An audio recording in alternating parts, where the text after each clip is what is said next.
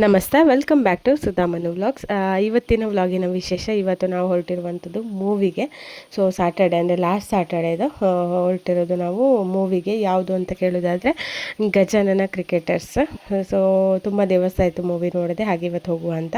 ಅದರಲ್ಲೂ ತುಳು ಮೂವಿ ನೋಡಲಿಕ್ಕೆ ಒಂಥರ ಮಜಾ, ಯಾಕೆಂದರೆ ಇದರಲ್ಲಿ 70% ಕಾಮಿಡಿನೇ ಇರುತ್ತೆ ತುಳುವಲ್ಲಿ. ಸೊ ತುಳು ಅಂದರೆ ಅದೊಂಥರ ಕಾಮಿಡಿನೇ, ತುಂಬ ಚೆನ್ನಾಗಿರುತ್ತೆ. ಬಟ್ ಇದು ಸ್ವಲ್ಪ ಡಿಫ್ರೆಂಟ್ ಆಗಿತ್ತು ಮೂವಿ, ತುಳು ಮೂವಿ ಇದು, ಗಜಾನನ ಕ್ರಿಕೆಟರ್ಸ್ ಅಂತ. ಇದಕ್ಕೆ ಹೊರಟಿದ್ದೇವೆ. ಈಗ ಮಳೆ ಸ್ವಲ್ಪ ಕಮ್ಮಿ ಇದೆ, ಹಾಗೆ ಬೇಗ ಬೇಗ ಹೋಗುವ ಅಂತ. ನಮ್ಮದು ಯಾವಾಗಲೂ ಅದೇ ಟೈಮಿಂಗ್ಸ್. ಈ ಮೂವಿ ಇನ್ನೇನು ಸ್ಟಾರ್ಟ್ ಆಗಬೇಕು ಆ ಟೈಮ್ಗೆ ಒಂದು 5-10 ನಿಮಿಷ ಇರಬೇಕಾದ್ರೆ ಬೇಗ ಬೇಗ ಹೋಗೋದು ನಾವು. ಹಾಗೆ ಈಗ ಸ್ಪೀಡಲ್ಲಿ ಹೋಗ್ತಾ ಇದ್ದೀವಿ. ಫೈನಲಿ ಬಂದು ರೀಚ್ ಆದ್ವಿ. ಇದು ನಮ್ಮ ಪಡುಬಿದ್ರೆಯ ಭಾರತ್ ಸಿನಿಮಾಸ್. ಸೊ ಪಡುಬಿದ್ರೆಯಲ್ಲಿ ಭಾರತ್ ಸಿನಿಮಾಸ್ ಆದಮೇಲೆ ನಮಗೆ ಒಳ್ಳೆಯದಾಯಿತು ಮೂವಿ ನೋಡಲಿಕ್ಕೆ. ಇಲ್ಲದಿದ್ದರೆ ನಾವು ಹೆಚ್ಚಾಗಿ ಉಡುಪಿಗೆ ಹೋಗ್ತಿದ್ದದ್ದು. ಸೊ ಹಾಗೆ ಭಾರತ್ ಸಿನಿಮಾ ಬಂದ ಮೇಲೆ ನಮಗೆ ಇಲ್ಲೇ ಹತ್ತಿರ ಆಯ್ತಲ್ಲ ಹೋಗಲಿಕ್ಕೆ. ಸೊ ಒಳ್ಳೆ ಆಯಿತು ಹೋಗಲಿಕ್ಕೆ. ಸೊ ಹಾಗೆ ಎಣಿಸಿದಾಗೆ ಹೋಗ್ಬೋದು. ಒಳ್ಳೊಳ್ಳೆ ಮೂವಿ ಇದ್ದರೆ, ಇಲ್ಲಾದರೆ ಲೇಟಾಗಿ ಹೋಗೋದೆಲ್ಲ ಇರ್ತದೆ. ಸೊ ಹಾಗೆ ಇವಾಗ ಬೇಗ ಬೇಗನೆ ನೋಡ್ಕೊಳ್ಬೋದು. ಹಾಗೆ ನಾನು ಮತ್ತು ರಶ್ಮಿ ಬಂದು ಕೊಡಕ್ಕೆ ಹೋಗಿದ್ದಾಳೆ. ಹೋಗಿ ಬಂದ್ವಿ 10:15ಗೆ. 10 ಆಯಿತು. ಬನ್ನಿ ಹೋಗೋಣ. ಇದ್ದಾಳೆ, ಕಾಣ್ತಾ ಇಲ್ಲ, ಬೆಳ್ಳಗೆ ಬರ್ತಾ ಇದೆ. ರಶ್ಮಿಯಲ್ಲಿ ಗಾಡಿ ಪಾರ್ಕ್ ಮಾಡಿ ಬಂದು, ಅದಾದಮೇಲೆ ಇಲ್ಲಿ ಸ್ವಲ್ಪ ಚೆಕ್ಕಿಂಗ್ ಇತ್ತು. ಚೆಕ್ಕಿಂಗ್ ಆದಮೇಲೆ ಈಗ ಒಳಗೆ ಚೆನ್ನಾಗಲ್ಲ ಎತ್ಲತ್ತು ಸ್ಕ್ರೀನ್ ಟು ಅಲ್ಲ ನೋಡು.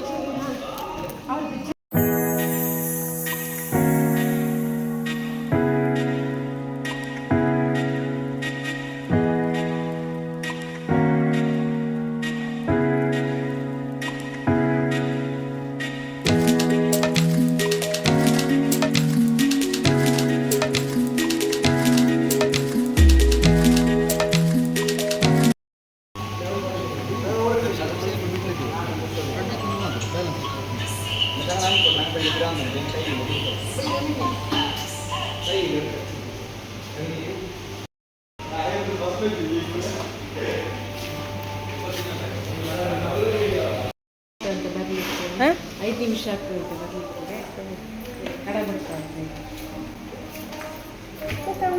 ಅಂತ ಹೇಳಿದ್ರು ಅವ್ರ ಹತ್ರ ಅದೇ ಬೇಕಾಗಿ ಹೇಳ್ತಿದ್ದಾರೆ, ಆದರೆ ಇಲ್ಲ ಅಂತೀಗ ಬರಬೇಕಷ್ಟೇ.